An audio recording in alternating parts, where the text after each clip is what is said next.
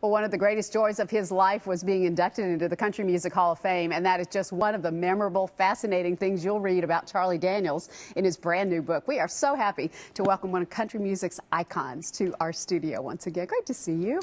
Thank you, Meryl. It's great to be with you. We were just sitting here and talking about how long we've been knowing each other. Yeah. But we're not going to tell them, okay? It's been a really long time. Since one of the early volunteer jams. Yeah, it was. Way back in the day. I think maybe the third or fourth one, something like that. Yeah. This is a fascinating book. I can't start, though, without asking you about the events in Las Vegas.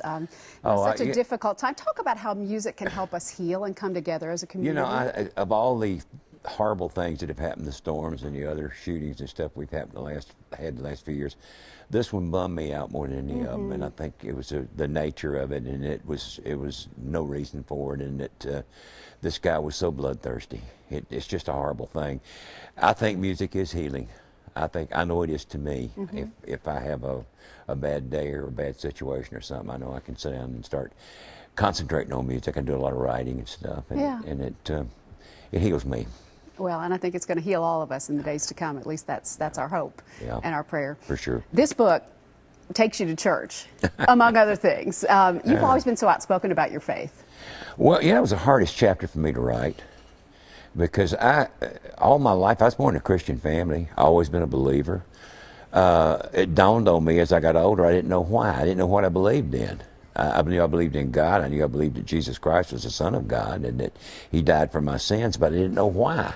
So I set out on a quest to find out for myself. So I read my Bible, and along with my opinions and the opinions of some Bible scholars who I respected, I formulated my testimony. But once I got that done, trying to put it down and make sure, knowing it's going to be there from now on, and trying to make sure that I said exactly the way I felt was, it was kind of nerve-wracking to do it. And that's one of the things fans are going to love about this book. Also, so many stories that I've never heard before, like Bob Dylan wanted you to play on his famous Nashville Skyline record? Well, it kind of happened off the cuff. They had booked 15 recording sessions to do the entire Nashville Skyline album, and the guitar player that they wanted to use, he had been here before. He had done 2 albums here before, so he had a band pretty well set. But his guitar player was not able to make the first one. He was already booked, and they asked me to come in and fill in, and it worked out. Bob Johnston was producing, and Bob Dylan asked him when I was packing my stuff up to leave, he said, "Where's he going?" He said, "He's leaving. I got another guitar player coming." He said, "I don't want another guitar player. I want him." 9 words that changed my life. No kidding. Actually, yeah. I mean, opening for the Rolling Stones. There's so many things we don't know about you, and just how your some career things you developed. don't want to know. Well, really, well, that's probably true. Yeah. American music is what the CDB does best. Right, You're not following the trends in country music, the next new shiny thing. You never have. Why is that so important to you? Well, you know, when I came along, radio stations were not formatted. They played everything because they were few and far between. They would maybe have one in your town, maybe you didn't. But when they came on, they would play country music in the morning, and they'd play something from the ladies. A lot of ladies stayed at home, housewives at the time. Then by the time the kids came home from school, they start playing whatever the popular music of the day was. I remember it was big bands and went through that whole metamorphosis up to rock music.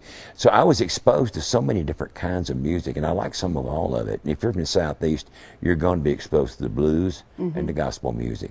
So when I got ready to write my music, my original music, I think it just all kind of process of osmosis slipped into my creative procedures, and I just write a lot of different variety type stuff. And we love the stuff you do. Thank you. I wish we had more time to talk, but you got to read this book. It is fascinating. It's called Never Look at the Empty Seats. It's really a great read, and it's available for pre-order right now at book outlets. The book's official release date is coming up on October 24th. Charlie, what a pleasure. Thank you so much. Meryl, it's been my pleasure. Good to see you again. You too.